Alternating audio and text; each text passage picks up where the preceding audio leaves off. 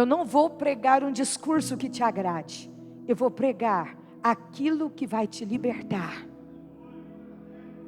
Porque se eu amo você, eu preciso te ver liberto. A maior prova de amor é ver o outro liberto, não encarcerado, não amarrado, não destruído.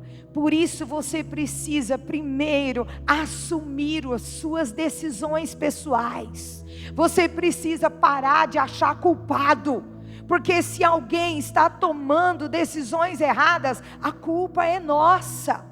Ah, foi culpa do meu pai. Ah, pastor, eu fui abandonada. Ah, pastor, eu fui rejeitada no ventre da minha mãe. Sim, querido, Esther também foi. Esther era órfã de pai e mãe. Ela viu seus pais morrerem numa batalha. Ela tinha todos os motivos para não querer viver mais. Ela tinha todos os motivos para querer se matar. Ela tinha todos os motivos. Esther só ficou com um tio chamado Mardoqueu. Mas durante o seu tempo de criança, Esther foi responsável pela unção que ela carregava, porque ela sabia que desde criança ela tinha um propósito de vida, e quem tem propósito é guiado pelo destino que tem. Não tem tempo a perder com a sua dor. Tem gente que passa anos envolvido com a sua dor, anos, e o diabo distraindo essa pessoa do seu propósito. Passa 10, 15, 20 anos e ele está distraído com a sua dor, porque ele não consegue olhar para frente. Hoje de manhã, eu ministrei uma palavra que Deus falou muito no meu coração. Aliás, tem duas palavras que falam muito. A primeira é o discurso de João Batista. João Batista, quando pregou para a multidão antes de Jesus vir à terra, ele dizia: façam um caminho reto. Queridos, olhem para a cruz. A cruz não tem curva. A cruz é reta. A cruz é reta. O caminho que leva ao coração de Deus não tem curva.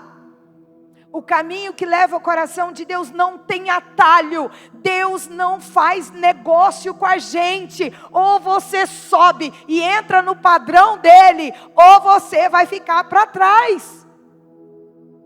Não tem discurso. O outro texto que me chama a atenção e que eu ouvi hoje foi quando Jesus foi apresentado no templo. Maria e José levaram Jesus para ser apresentado. Fugiu o nome agora da pessoa que apresentou Jesus no templo. Simeão, obrigado. Estava no discipulado cedo, né, irmã? Isso aí. Simeão pede para Deus algo muito especial. Não me deixe morrer, Senhor, sem antes reconhecer o Cristo. E o Senhor deu uma palavra para ele e disse: Simeão, eu não vou te tirar dessa terra enquanto você não reconhecer o Messias.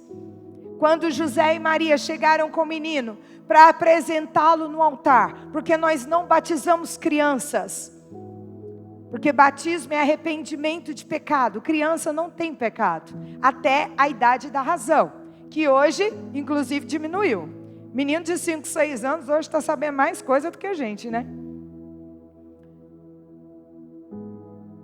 Quando Simeão olhou para a criança, ele disse: esse é o Cristo.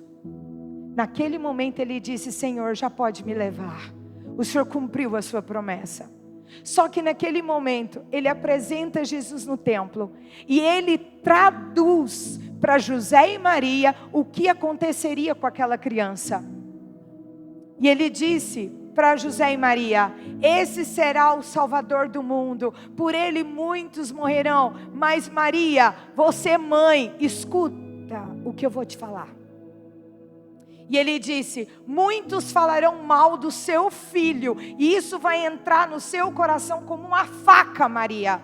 Qual mãe que gosta de ouvir falar mal do seu próprio filho? Nenhuma, não é? Nenhuma de nós, nem mãe nem pai. Mas Simeão segue o discurso e diz: é assim que vocês conhecerão a mente dessas pessoas. Você sabe como eu conheço alguém? Por aquilo que ele fala. O apóstolo Paulo, esse mesmo Paulo que antes era Saulo, ele foi chamado aos gentios. Os gentios era o povo que não era judeu. E ele diz, em uma das suas cartas, a boca fala o que o coração está cheio. Você quer conhecer a índole de alguém, presta atenção nas palavras dele. E você vai conhecer os pensamentos dessa pessoa. Essa geração fala coisas vazias. Essa geração fala o que não vive. O amor é prático. Hoje de manhã, quando nós vimos aqui o mercado acontecendo solidário, algo que me chamou a atenção foi a alegria dos meus irmãos em abençoar os outros. Não era nem do outro de vir receber, mas era de dar. E a Bíblia diz, mais bem-aventurado é aquele que dá do que o que recebe. Eles estavam saltitantes. E eu disse para eles, se vocês precisarem, vocês também podem fazer as compras. E a irmã Ana Érica diz, pastora, nós não precisamos mais, porque o Senhor tem nos prosperado abundantemente. Aleluia. Não é isso, Denis? Deus tem prosperado essa equipe abundantemente. Serão donos dos seus próprios negócios, terão muito ao ponto de estocar. É isso que a Bíblia diz. Mas o Senhor nesses últimos dias está ministrando sobre a igreja também o dom da riqueza. Um dom que raramente eu ministro aqui. Para quê? Para mim? Não. Todas as vezes que você pedir uma prosperidade para você, não vai dar certo. Porque a prosperidade atendida por Deus, ela tem uma finalidade: abençoar o reino, abençoar a casa de Deus. Dízimos e ofertas é nossa responsabilidade. Abençoar o reino é o meu coração para multiplicar toda a minha herança. A alma generosa prospera. Mas nós não queremos assumir as nossas falhas. Paulo andou durante toda a sua vida perseguindo cristãos. O homem mais temido da terra. Onde Paulo chegava, todo mundo estremecia. Até que um dia, ele bateu de frente com o dono da vida. E o Senhor disse para ele, agora chega. Literalmente, tu vai cair do cavalo, rapaz. Paulo estava indo, até então, ele se chamava Saulo. E ele estava indo para Damasco. Sabe para quê? Para mais uma matança. Mais uma matança.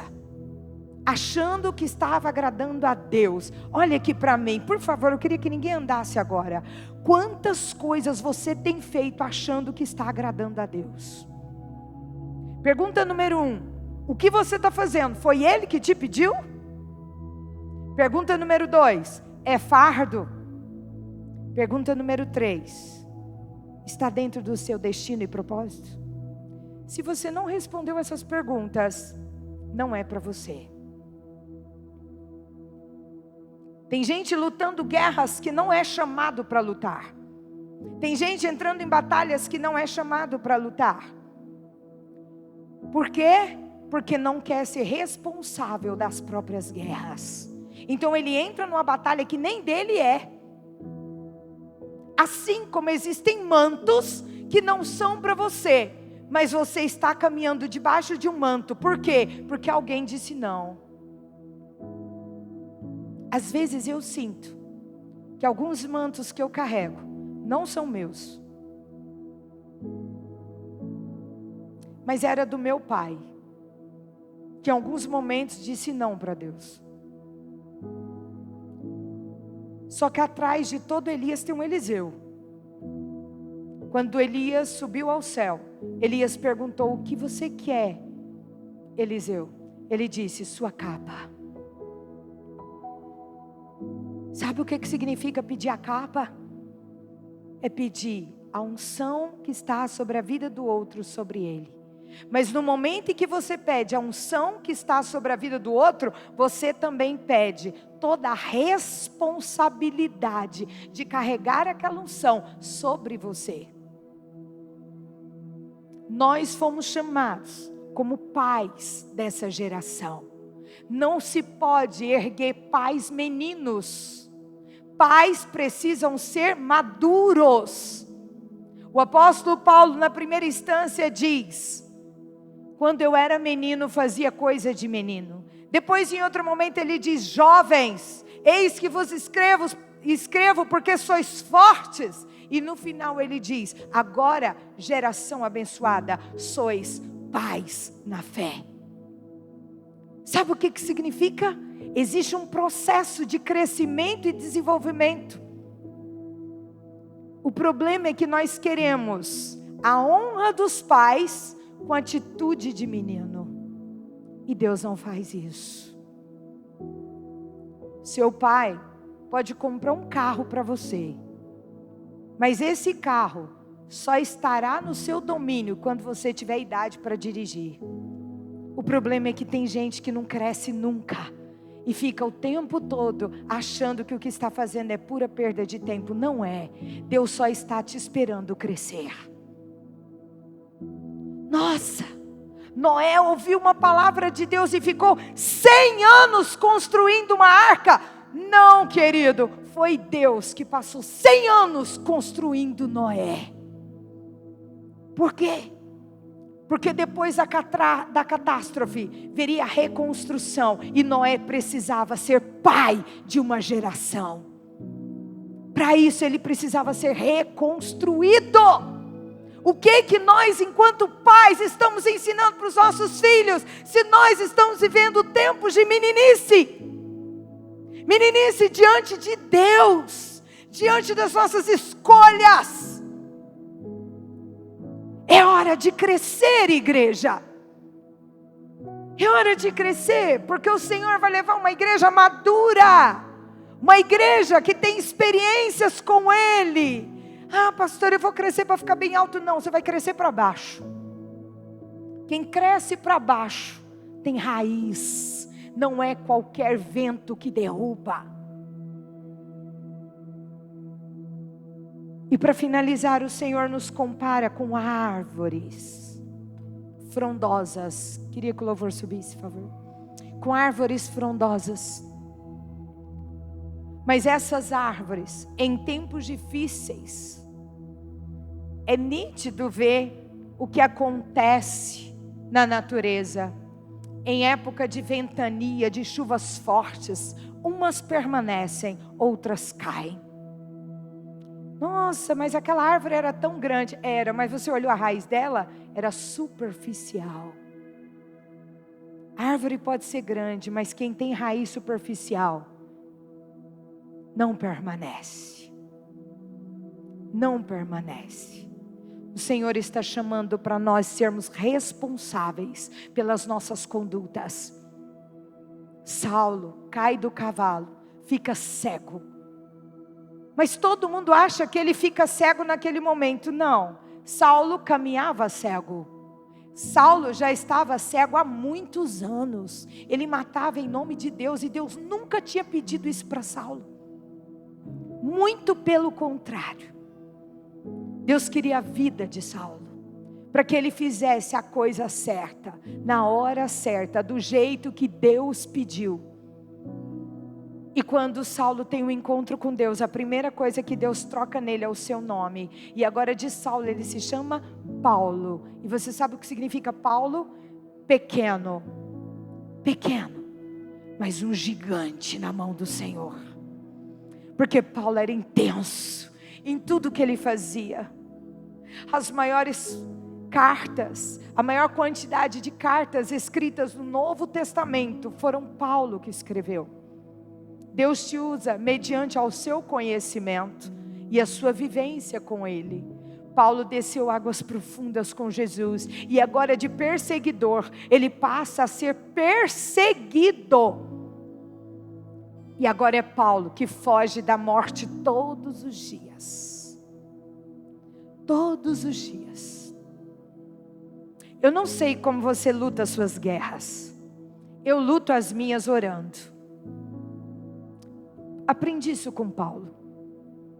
Paulo, nos momentos mais difíceis da sua vida, nas masmorras, nas prisões frias, sem sol, as pessoas morriam por frieza do lugar, por fungos, por bactérias.